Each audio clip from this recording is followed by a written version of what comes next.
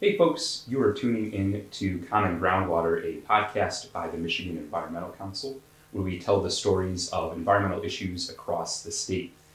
You are tuning into the third episode of our Project Greenprint mini-series, which looks at the intersection of housing and of climate. In episode 1, we kind of talked about the lay of the land of housing in Michigan. In episode 2, we talked about some particular solutions to our housing crisis with that climate sort of focus. And then here for episode 3, we are going to be talking about how housing can be made more affordable and more sustainable at a more local level. Joining me today is Eric Schertzing, a consultant for the Michigan Association of Land Banks. Eric, welcome. Thank you. Well, it's a pleasure to be here. I'm delighted that MEC and the Land Bank Association have this partnership. I was crucial in helping everybody see that we were a natural pair. Yeah, and a fairly new relationship as well. So it's exciting to have you on so early in this more formal relationship, I should say. So, well, I'd love to start us out today. How we start this podcast series typically, which is with something that's a little bit fun, but also kind of ties into what we're talking about today. And so the question I have for both of us to answer is, what is your dream home? The dream home for me is one where there are amenities close by. What the structure, interior, exterior, that'll evolve. But it's the notion of being able to, park the car or whatever, and for the weekend or for several days, just be able to do things on foot and on bike. Yes, you are speaking my language. That is why I got into the environmental movement. I kind of came in that route of creating places that are great for folks to live in and that are in turn good for an environment. And so I'm right there with you. I would love to live in a home that has some cool character, whether that be in its architecture outwards or inwards. But overall, for me, it's location, place that I can walk around, that I can easily access either my yard or a park or something. So I'm glad we're speaking the same language there. I asked this question about a dream house because we're going to be talking about some particular housing projects today, and also housing on maybe a little bit more larger level, a countywide level, a statewide level. And that's partly because of your organization. But before we kind of get into some of those specifics around your org, would you maybe mind just sharing with us what a land bank is, and then how your association kind of coordinates or works with these land banks? Yeah. Well, the heart for the creation of a land bank starts with the county treasurer in most situations, because they do the property tax collection, and unfortunately at the end of that sometimes the foreclosure. And so it's a way for a public entity to deal with these unloved properties. It has a locally appointed board, generally headed up by the county treasurer, and that entity can do a lot of different things. That's one of the virtues of it. If you're older like me and you might have been up late at night when you were young, they had the Veg-O-Matic, could slice and dice, vegetables in 1,000 different ways. That's how Dan Kildee always talked about the land bank movement, that it adapted itself to the community needs, whether you're in Gogebic County or in Genesee County. Mm-hmm. That's great. And you've kind of touched on this a little bit already, but of course our podcast topic is talking about housing, whether that be in terms of addressing cost of living issues for folks in Michigan, or energy efficiency upgrades for folks, helping us reduce climate impacts. How do land banks specifically fit into that role? Well, in a lot of different ways, and of course this housing discussion. I was just at another meeting where we were talking about is the complexity of housing. Is this a 100-piece puzzle? Now I love doing puzzles. So or is it a 1,000-piece puzzle? I love doing 1,000-piece puzzles. Unfortunately, or fortunately, I guess for me, the housing complexity, it's a 1,000-piece puzzle. And so land banks are one of those pieces that can be providing raw land for development in a city or village, private sector nonprofit or doing it through the land bank. It can be cleaning up that blight that can't be fixed up with some of the funding that comes through. And of course, we deal with commercial and other multi-units. So it's one of those pieces in this fabric that underlies how the for-profit, nonprofit, and public realm deals with home creation. That's great. In our first episode of Project Greenprint, we talked about that need for a multi-layered or multifaceted approach is how we talked about it. And it seems like even within the association itself, you have 51 member land banks. I'm guessing that their approach is very county by county or area by area as well. Yeah, just the size. You've got the Detroit Land Bank, which is our one city land bank, and they've got as much staff as every other land bank put together in Michigan. They're just the magnitude. And then the state land bank kind of helps coordinate all of it overall. So that's great. And out of curiosity, do you find that these different land banks, although they're they have different methods that kind of suit the needs of the communities that they're serving, do you find that there are some overarching connections that overarching sorts of projects that they're tending to focus on, whether that be region by region in Michigan or overall as a state? Well, housing was always one of the underlying components or missions of a land bank, whether they ended up with unsold inventory of fairly blighted structures in Flint or in Lansing, or they ended up with the vacant land. Land banks in the 20 years, this is our 20-year anniversary year, we've evolved from a lot of, blight work where a lot of things got taken down, not the happiest thing, not the best way to deal with stuff, into more preservation, more stabilization, and then more renovation and creation. And that learning curve has been reflected in what do some of the funding programs talk about what we can do with those dollars. Years ago it was a lot of demolition. Now there's a lot more stabilization, renovation. And some of the partners in Detroit and in Genesee and Ingham and in Marquette getting into home construction. Home construction as in the land banks are facilitating that initial construction to create something. Yes. Wow. Some of us, I was, the formation person with the Ingham County Land Bank, so I'm a little biased. But I always thought of us as dealing as a public developer, not in competition with the private sector, because there is so much to be done, right? There's always been so much to be done with housing. It's just an exclamation point has been put on it in the last 3 years because of COVID. That's great. You mentioned a little bit earlier too that that funding, of course, plays a really important role in building homes, but also just in a land bank's regular functions.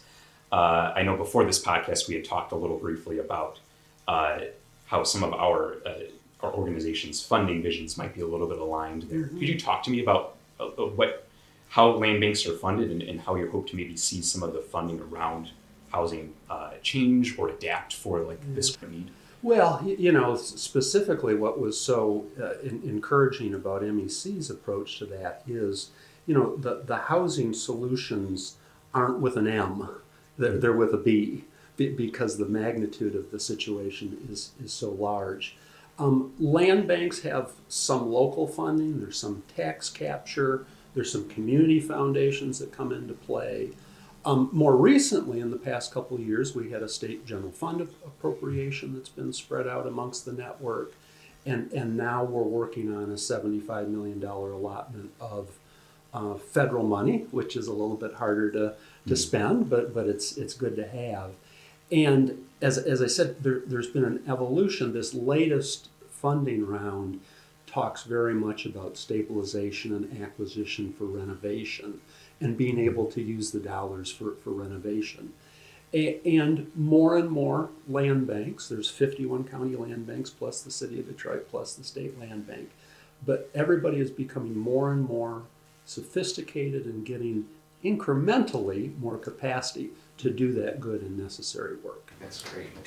And again, it reminds me of an earlier we talked about how we have what is it, over 4 million homes in Michigan. At least whether they're occupied or not, there's over 4 million, and the thought of making them all the best for people living in Michigan is very daunting. It's very sort of existential sort of to think about, to step back. So hearing that it's frustrating sometimes incremental progress, especially for development, it seems like that is a natural step in the process. You can't necessarily tackle everything to have this localized incremental approach added into the mix of available solutions. Yeah, I think that local approach is very powerful. County government, local government, we really connect with people. There's less of that feeling in the public with state government, and then nationally we have all sorts of challenges.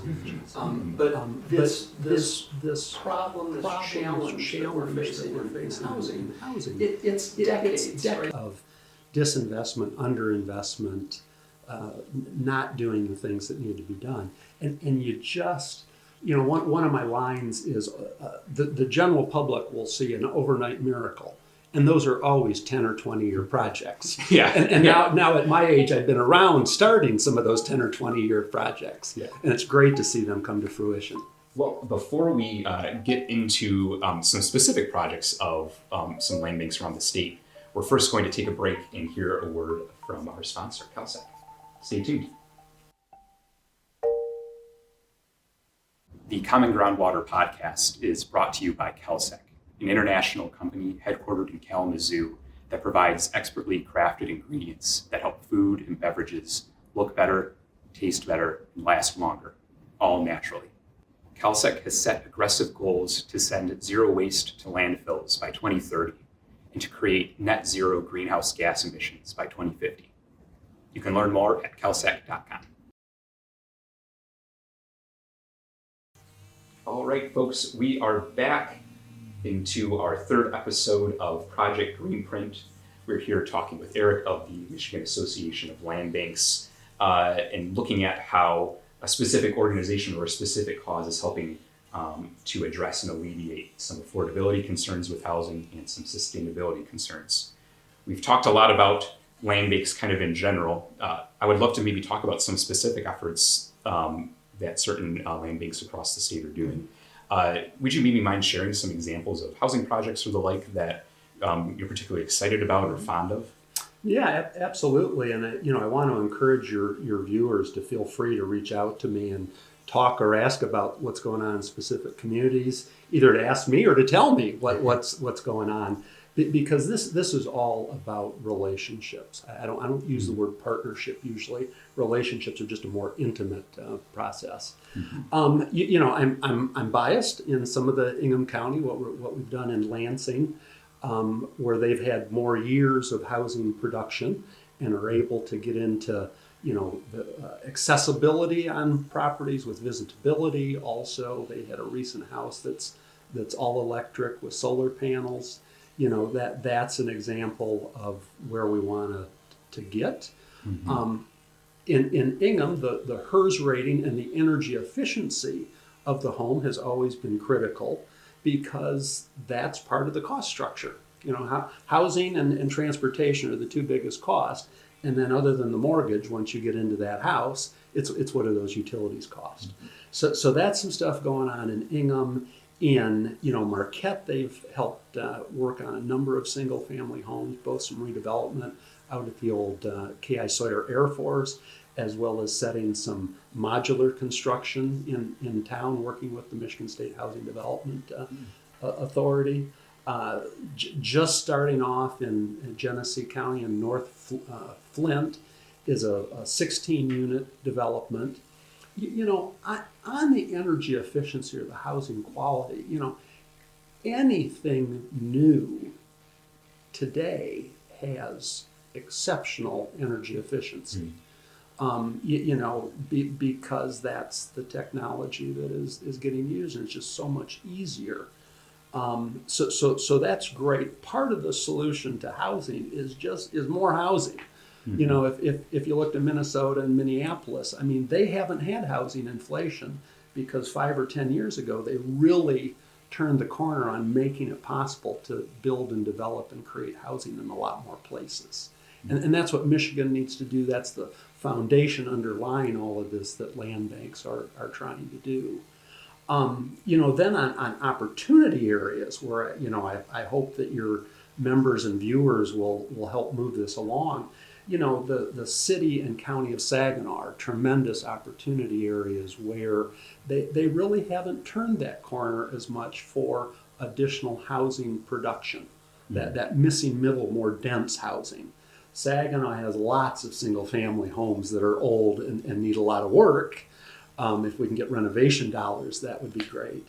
And then for some of the same characteristics would be like, out County Wayne, outside of the city of Detroit, especially downriver.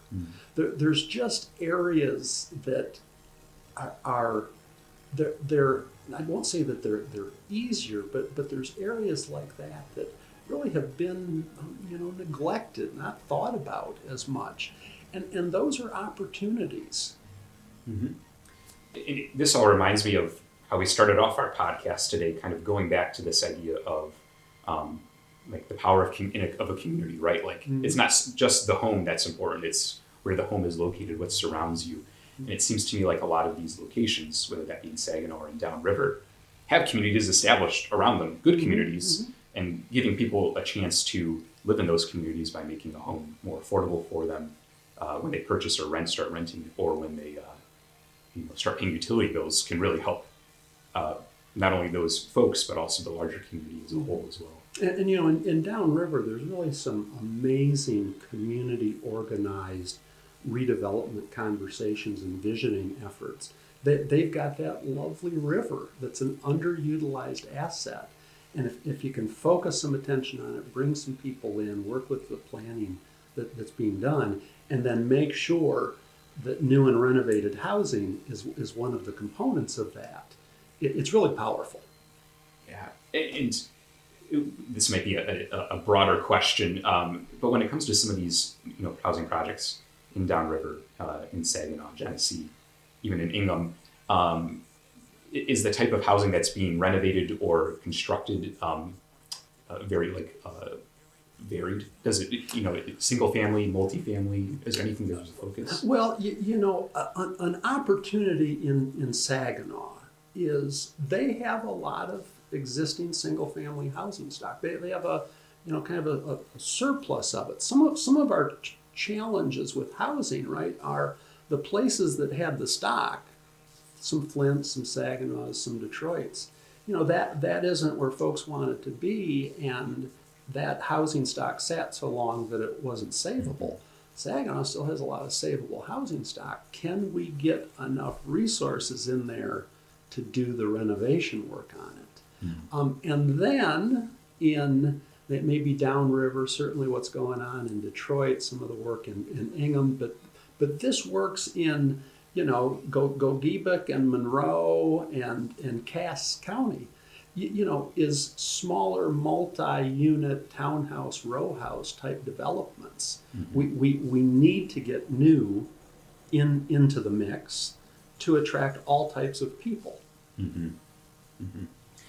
And I do want to bring out too, because we are the Michigan Environmental Council, you did mention one point I really liked that you had said was that new homes, or when you renovate a home, add in new appliances and the like, that's naturally going to be so much more energy efficient than a typical older home in Michigan is, because they're just naturally by technology advancements.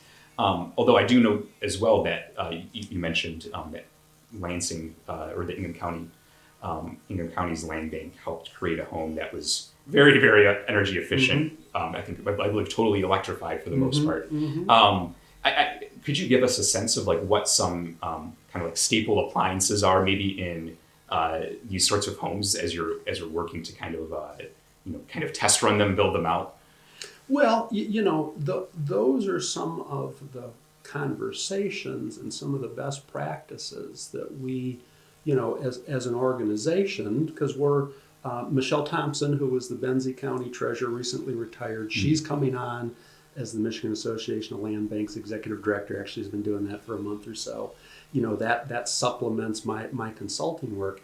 And some of this is building out the web access best practices so that we can make this easier for our members. Because again, this is a complex 1,000-piece puzzle. And so the average land bank, when they're worrying about what they're going to do that day, we've got to make sure that the best appliance decision is easy to make. And the process doesn't always make that, because you go into a store with a marketing effort and they're trying to sell you something that they're trying to sell you. The HERS rating is an example of where I'd come into let's measure the end result, and that'll drive the decision making in the process. You can try to regulate it, but if you just set some goals for the energy efficiency of the appliances, as well as the insulation, the furnace, all those type of things, it's an entire package. And I imagine like having a project like this home in Lansing is just a good, just physical example of like what's out there too. It's always good to have that physical example out in the world to reference or to use as inspiration as well. Yeah, and Lansing, Kalamazoo, there's a couple of the land banks that have really been able to be on the cutting edge a little bit more than others. The challenge in these processes, right, are the under-resourced communities are under-resourced to have the people and the nonprofits and the support infrastructure to do this. So that's really the challenge for the Michigan Association of Land Banks. What can we best do to help our members? One of those things was becoming a member of the Michigan Environmental Council. That's how we reinforce what both of our organizations are trying to do. I'd like to maybe leave us today kind of coming back to that first question we asked about a dream home, but also talk a little bit about like what Michigan you think can realistically look a few decades from now, let's say 2050, in terms of how its housing is constructed and renovated and maintained. I know from, like the Jetsons and from some Looney Tunes shows that like the idea of like a home in like in the future, which I guess would be around now that they're predicting the future, and has like, skyscrapers and hover cars and, like robot servants, things like that. I'd imagine that's not the case. I'm curious though, like what do you think a community of the future might look like for us if we can do the things we need to do right now and invest properly in our housing and communities?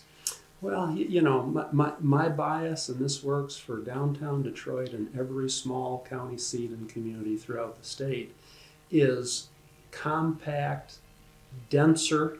That people worry about that word more than what they feel when they're in the middle of it. So that folks can walk and bike for some of the basic services, and have it connected with with a transit system. Because housing and transportation, those are the two big, costs in every household. And if we clear the pathway to create it, I'm one of those people that believe if you build it, they will come. And we just need to get to that job and do the work of building it, and of course working together, building it right. And are there any opportunities ahead, whether they be just for individuals or for organizations, businesses even, to help play a role in making that future happen through the Michigan Association of Land Banks? I think that their county treasurers that are, again, the heart and soul of the land bank movement, those individuals throughout Michigan know more about what's going on with homes and real estate and people in those communities. So use them as an asset. Reach out to them, talk to them. Feel free to reach out to me and Michelle at the Michigan Association of Land Banks, and we'll do some of that connection, and then bring in some state dollars, which are more flexible than federal dollars. Bring in local dollars that are really flexible, and let them be flexible and fill in the gaps in this process that everybody knows what they are, where they are. It's just getting those flexible dollars to be able to do that work. Yeah, I really appreciate this approach of, when you have a 1,000-piece puzzle sort of a problem, as you mentioned, you naturally need to have lots of relationships. You need to have a lot of support with each other. And so I love this idea of this opportunity where you're bringing in, not only local, state, federal dollars, but also local, state, federal people as well. Mm-hmm. As a reporter, I have to do my due diligence here, or a former reporter, oh my gosh. As a former reporter, I have to do my due diligence here and ask a question that I was always taught to ask right before we close out our conversation. Is there anything else I missed out on? Anything you wanted to add to this conversation?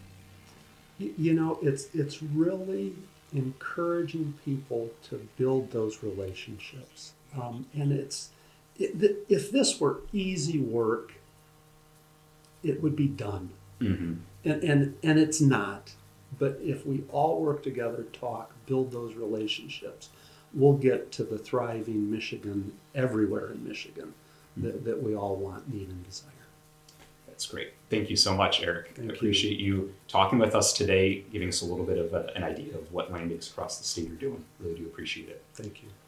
And I do want to mention, too, to the folks listening that we'll provide some opportunities for you to take action and to learn more in the description of our podcast. So if you take a look there, you'll find some links to hopefully learn more about the land banks across Michigan and some opportunities to play a role.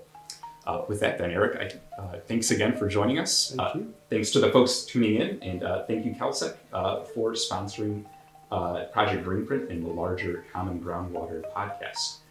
With that, we'll see you soon.